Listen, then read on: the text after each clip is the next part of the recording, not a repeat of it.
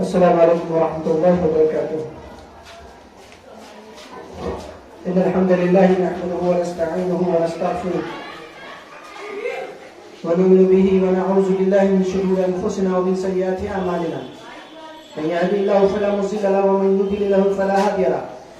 وأشهد أن لا إله إلا الله وحده لا شريك له وأشهد أن محمدا عبده ورسوله بعد.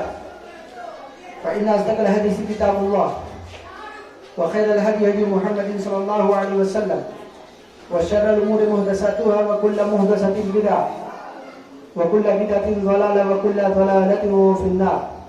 أعوذ بالله من الشيطان الرجيم. بسم الله الرحمن الرحيم. وإن تعودوا نعمة الله فلا تحصوها. رب اشرح لي صدري ويسر لي أمري واحلل عقدة من لساني يفقهوا قولي. سبحانك لا علم لنا إلا ما علمتنا إنك أنت العليم الحكيم. رب زدني علما وارزقني فهما. محترم بزرگوں، معزز بھائیوں، جملہ حاضرین مجلس، سامعین و سامعات، تمام قسم کی تعریفات حمد و ثنا برائے بزرگی پاکی اللہ وحدہ لا شریک کے لیے لائق و زیبا و سزاوار ہے، جو ہمارا، آپ کا، پوری کائنات کا، تمام مخلوقات کا، ذرے ذرے کا خالق و مالک و مختار کل ہے۔ اللہ رب العالمین کی جتنی بھی تعریف کی جائے بہت ہی کم ہے۔ وہ علی کل شیء قدیر، وہ ہر چیز پر بہت ہی زیادہ قدرت رکھنے والا ہے۔ وہ لطیف الخبیر، وہ باریکی خبر رکھنے والا ہے۔ وہ علیم بذات الصدور، وہ سینے کے راز کو، سینے کے بھید کو جانتا ہے۔ اللہ رب العالمین پوری کائنات کا مدبر ہے، اس کا بنانے والا، اس کو اصول سے چلانے والا، اور وہی اللہ ہے جو ایک دن اس پوری کائنات کو تباہ و برباد کرنے والا ہے۔ ہمارے پاس اتنے الفاظ نہیں ہیں، اتنے جملے نہیں ہیں کہ ہم اللہ کی تعریف کر سکیں۔ میری آج کے اس پروگرام کا جو انعقاد کیا گیا ہے وہ ایک خاص وجہ اور مقصد نہیں ہے، بس صرف اتنا ہے کہ تذکیر کیا جائے، لوگوں کی اصلاح کے لیے، اللہ کو یاد کرنے کے لیے، اس کے رسول کے پیغام کو پہنچانے کے لیے ایک مجلس کا اہتمام کیا گیا۔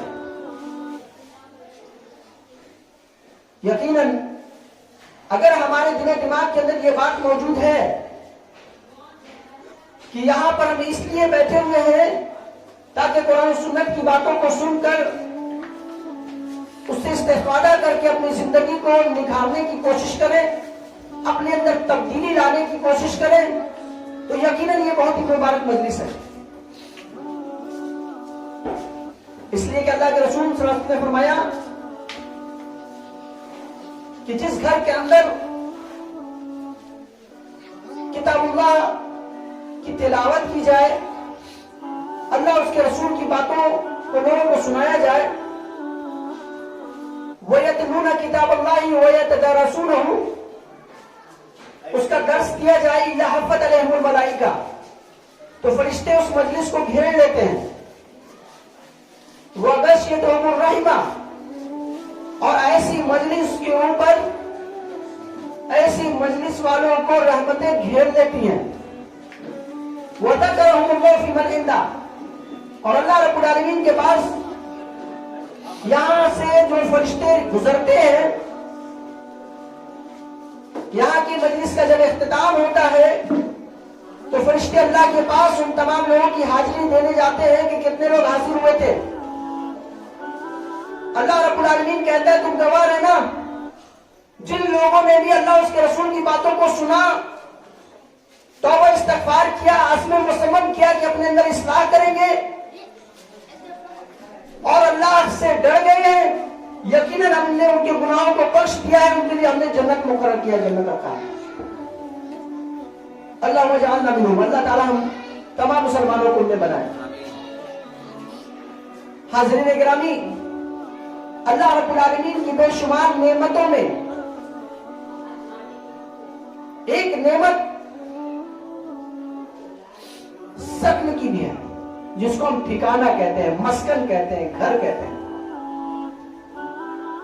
ایسے کوئی اس طرح اگر کسی کوئی نئے گھر کی تعمیر ہو اور اس طرح کی کسی مجلس کا کوئی ثبوت نہیں ملتا ہے کہ اس طرح کا کوئی پروگرام کیا جائے، لیکن مقصد یہاں یہ نہیں ہے، مقصد یہ ہے کہ لوگوں کی اصلاح کی جائے۔ تو اللہ رب العالمین کی جو نعمتیں ہیں، بہت ساری نعمتیں ہیں، لاتعداد نعمتیں ہیں، ان نعمتوں میں سب سے عظیم نعمت اسلام کی ہے۔ ایسے اگر آپ نعمت کو شمار کرنا چاہیں، اگر نعمت کے اوپر غور کرنا چاہیں تو اپنے جسموں کے اوپر غور کریں، اپنی صحت اور توانائی کے اوپر غور کریں، یہ بھی اللہ کی طرف سے بہت بڑی نعمت ہے۔ فرصت کے ایام یہ بھی بڑی نعمت ہے، صحت کے ایام یہ بھی بڑی نعمت ہے، عمر کے ایام یہ بھی بڑی نعمت ہے۔ اللہ رب العالمین ان تمام نعمتوں کے تعلق سے سوال کرے گا۔ اللہ تبارک تعالیٰ قیامت کے روز سوال کرنے والا ہے کہ ہم نے آپ کو جسم دیا تھا، اس جسم کا استعمال کیا ہوگا۔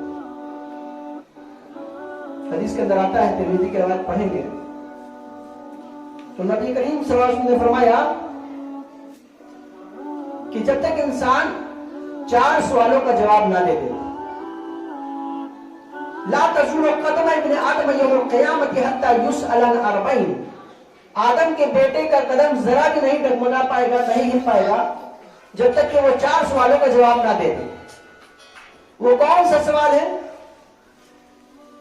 ان جسدہ فیما ابلا، اپنے جسم کو کہاں لگایا، کہاں پر اس کو صرف کیا، کس کام میں لگائے.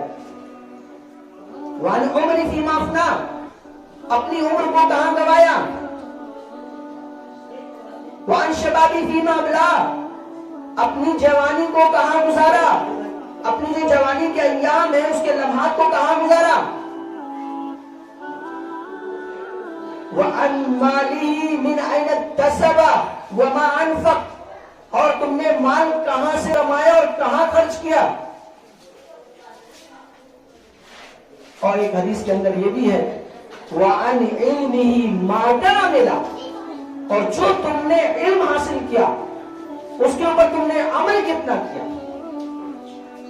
فِيمَا عَمِلَ وَمَاذَا عَمِلَ، تم نے کتنا عمل کیا. کیا ہم اور آپ اس کے اوپر غور کرتے ہیں کہ اس سوال کا حل ہم نے بنا لیا، اس کا کوشچن ہم نے کوشچن آنسر کر کے ہم تیار ہو چکے ہیں، ریڈی ہو گئے.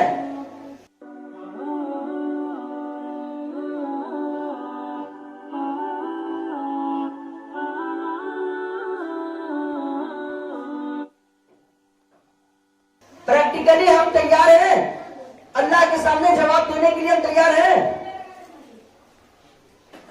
اگر ہم اپنے غریبہ میں جھانک کر دیکھیں تو معلوم ہوتا ہے کہ اس سوال کا جواب دینا ہمارے لیے بڑا مشکل ہے، کیونکہ نہ ہم نے اپنے عمر کوئی صحیح جگہ پر لگایا، نہ اپنی جوانی کا صحیح استعمال کیا، نہ ہی اپنے مال کو اچھے جگہ اور حلال طریقے سے کمایا، اور نہ ہی حلال جگہ پر خرچ کیا، اور نہ ہی علم حاصل کرنے کے بعد کسی دوسرے کو ہم نے استفادہ پہنچایا. نہیں کرتے ہیں.